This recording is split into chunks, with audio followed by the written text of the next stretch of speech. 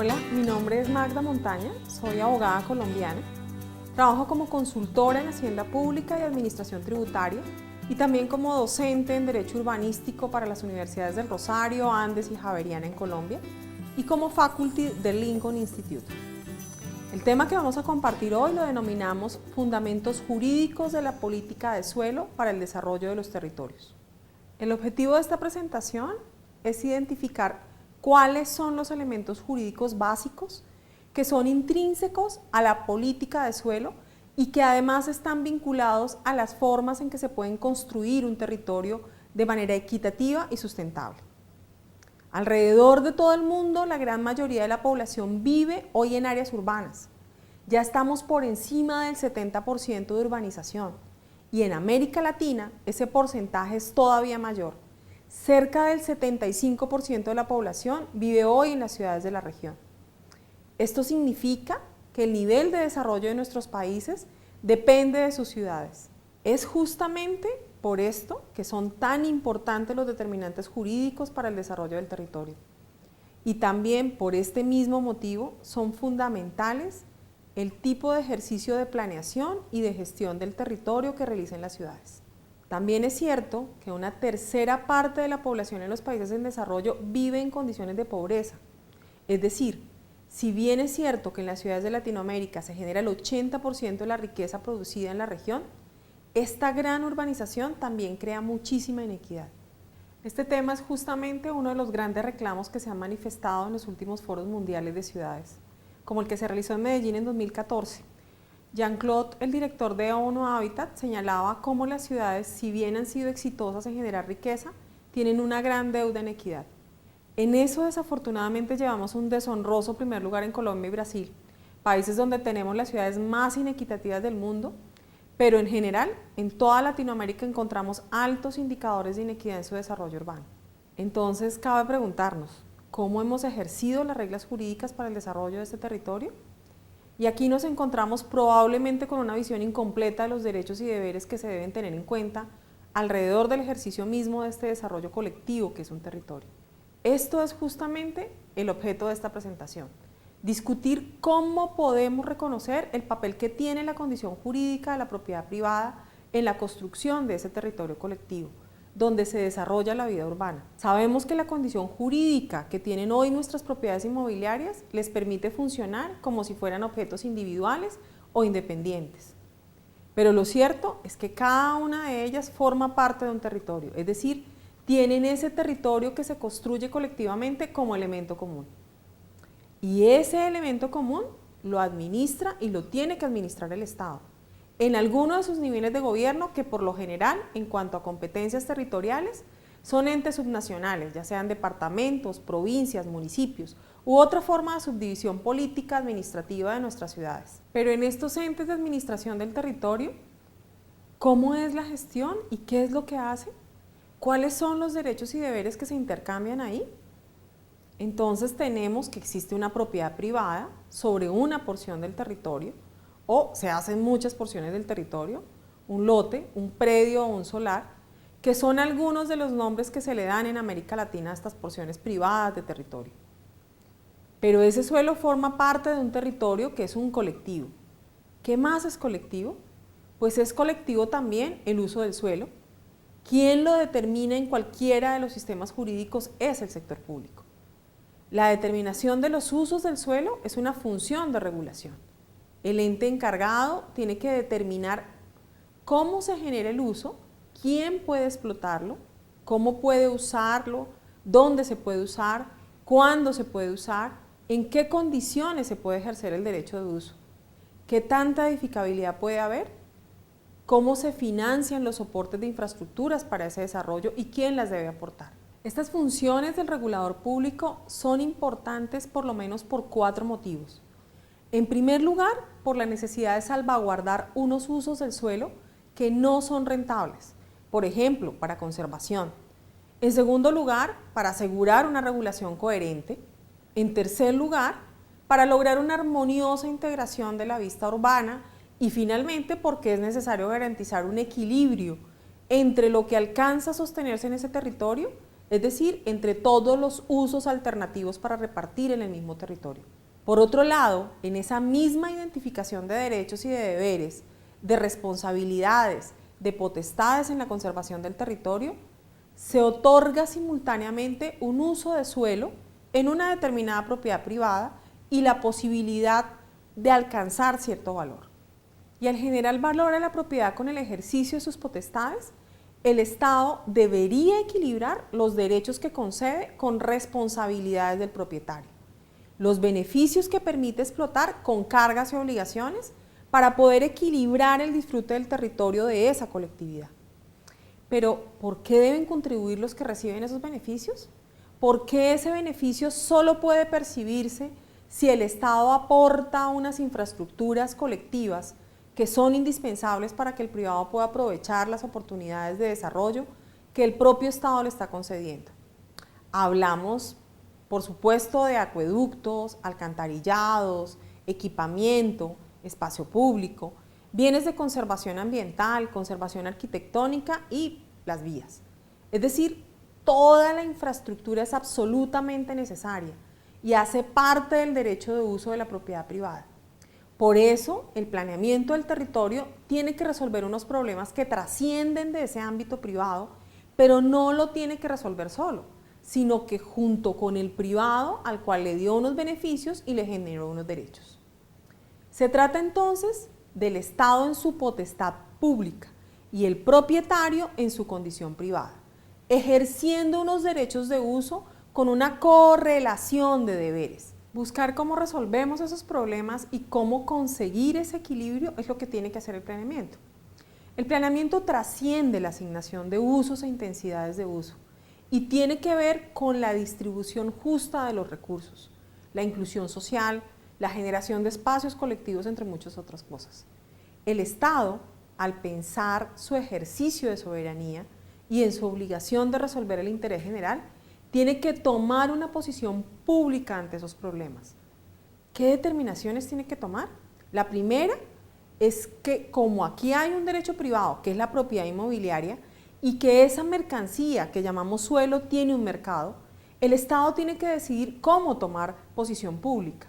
Si deja que ese mercado se autorregule, es decir, que libremente fije los precios, o si interviene en ese mercado mediante el ejercicio de su potestad de regulación.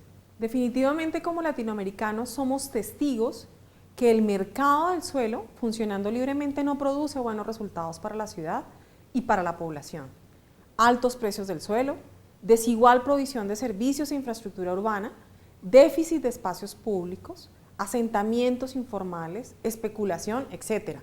Por lo tanto, son necesarios los mecanismos de intervención, tal que resuelvan o por lo menos disminuya la existencia de los problemas y sus consecuencias.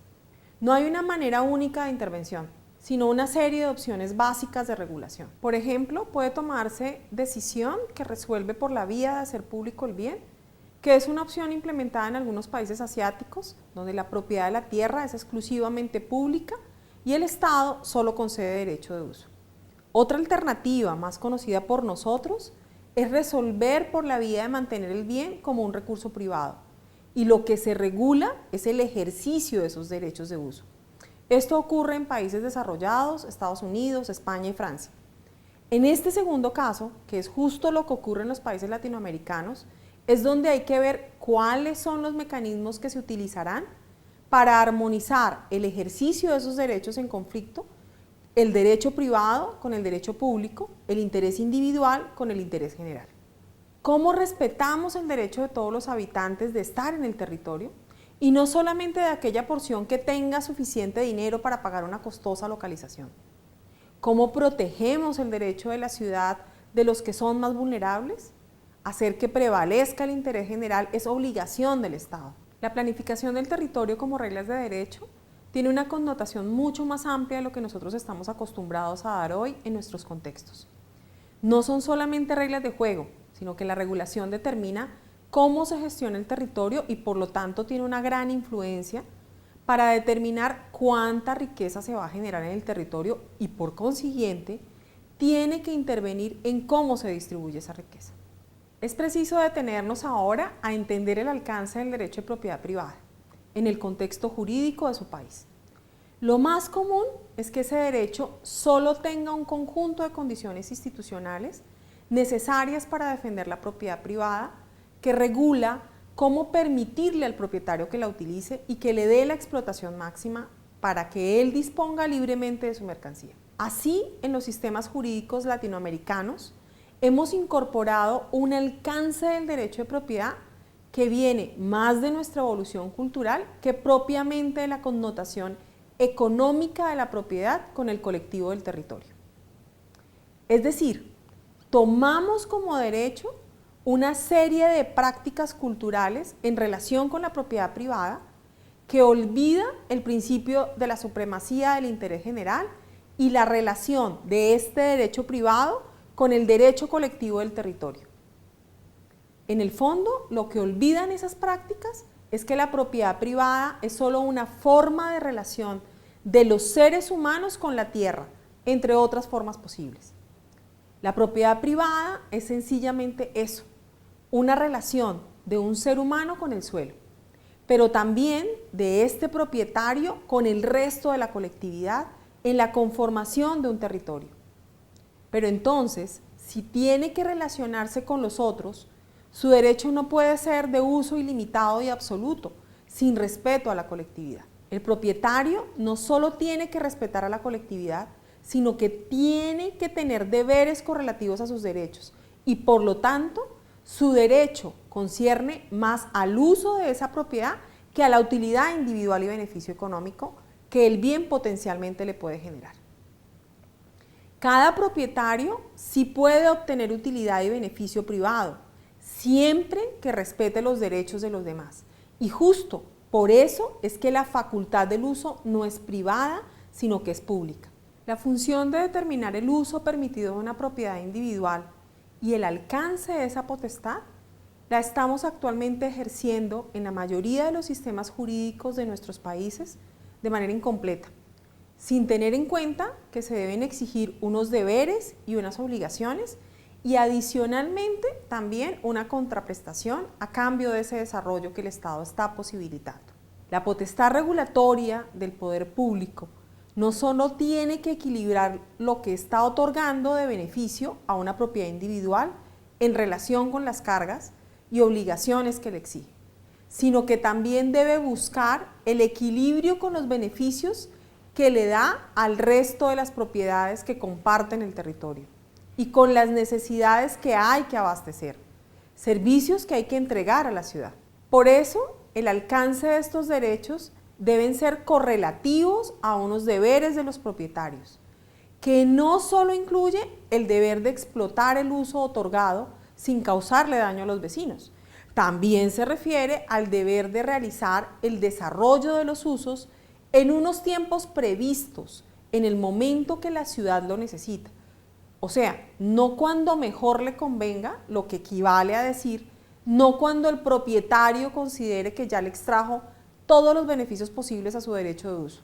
La lista de deberes también cubre asuntos como la obligación de ceder el suelo que se requiera para fines colectivos, transferir a la comunidad por lo menos una parte de los beneficios que la misma colectividad le está generando, conservar los elementos de valor ambiental, arquitectónicos, históricos y asegurar también que exista disponibilidad de suelo equitativa para todos los habitantes de ese territorio y no solamente para los que tienen capacidad de pago individual.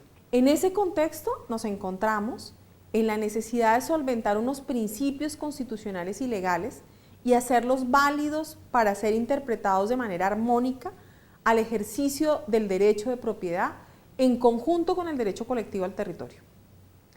En muchos de nuestros sistemas jurídicos ya están incorporados de manera directa con el principio de función social de la propiedad y que por cierto es totalmente compatible con el derecho al uso de la propiedad privada. Pero esto también se deriva de los principios generales de cualquier sistema jurídico, como son los principios de solidaridad, del cual surge que a un ejercicio de un derecho le sigue correlativo unos deberes, el de interés general, como primacía sobre el interés individual, o el de equidad en la distribución de la riqueza colectiva, del cual se deriva en algunos sistemas jurídicos el deber de recuperar para el colectivo las plusvalías generadas en el territorio. O desde el derecho privado, la prohibición de un enriquecimiento sin justa causa, que prohibiría al Estado otorgar beneficios sin exigir cargas que equilibren el mismo. Finalmente, bajo estos principios constitucionales, también determinar unos temas fundamentales de intervención y de gestión, como lo son la adquisición pública de suelo, la financiación, los mecanismos de intervención en el mercado de la tierra y la propiedad. Para ir cerrando esta presentación, me interesa insistir en que la construcción del desarrollo del territorio requiere de instrumentos jurídicos que integren todos los alcances del derecho de propiedad en contexto con la construcción colectiva y equitativa del territorio. Para poder tener políticas de gestión de suelo, los instrumentos jurídicos deben definir para el modelo del desarrollo del territorio el qué, pero también una gestión del cómo y el cuándo se financia. Bueno, en resumen, estos son los temas que quería compartir con ustedes. Espero que sean de su interés. Muchas gracias.